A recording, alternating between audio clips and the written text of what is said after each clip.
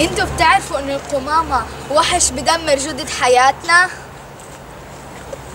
بتعرفوا ان القمامة بتحتل أراضي شاسعة كلها معدة للبناء؟ انتوا بتعرفوا ان القمامة بتجلب القوارض والحيوانات الضارة؟ انتوا بتعرفوا ان القمامة بتجذب حشرات اللي بتنقل الأمراض الضارة؟ انتوا بتعرفوا انه من القمامة بتنطلق غازات سامة بتلوث الهواء اللي بنتنفسه؟ انتوا بتعرفوا ان القمامة مصدر للحرائق؟ منها بتتغلغل مواد سامة بتلوث التربة والمياه الجوفية.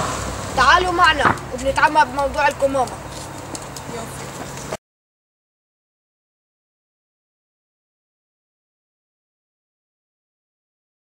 אז בוקר טוב לכולם. אתם נמצאים בעיריית חיפה באגף שנקרא אגף התברואה, במחלקה לניהול פסולת ומחזור. איך מתכוננת העירייה להוביל מהלך לשינוי הרגל בקרב תושבי העיר בעניין ניהול הפסולת? והמשימה היא לא פשוטה, אבל אנחנו בעיריית חיפה מאמינים בכם.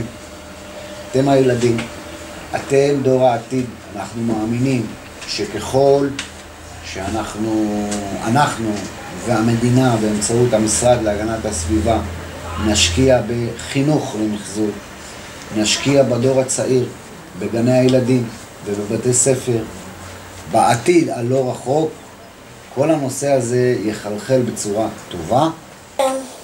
לא תשימו בתחנות החדשות קליפ קטן שיסביר לנו על כל דבר. האמת שאמא שלי ואבא שלי לא כל כך מתעניינים בדברים האלה.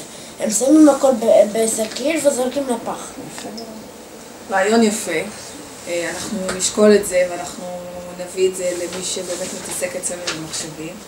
אבל רק שתדע גם שיש אתר אינטרנט של חיפה, שיש כל מיני פרויקטים שאנחנו יוצאים, זה מופיע שם, וגם בפייסבוק, למי שיש פייסבוק, אז גם כן, אנחנו מסבירים שם, ושם אפשר בעצם להתעדכן בכל מה שאנחנו עושים, ואנחנו ניקח בחשבון מה שיצאת, יפה מאוד.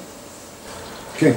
איך אנחנו כילדים נוכל לקדם את קמפיין הפחתת פסולת? ראשית כל, אני חושב שכילדים התפקיד העיקרי שלכם זה לבקש מההורים להפריד פסולת בבית.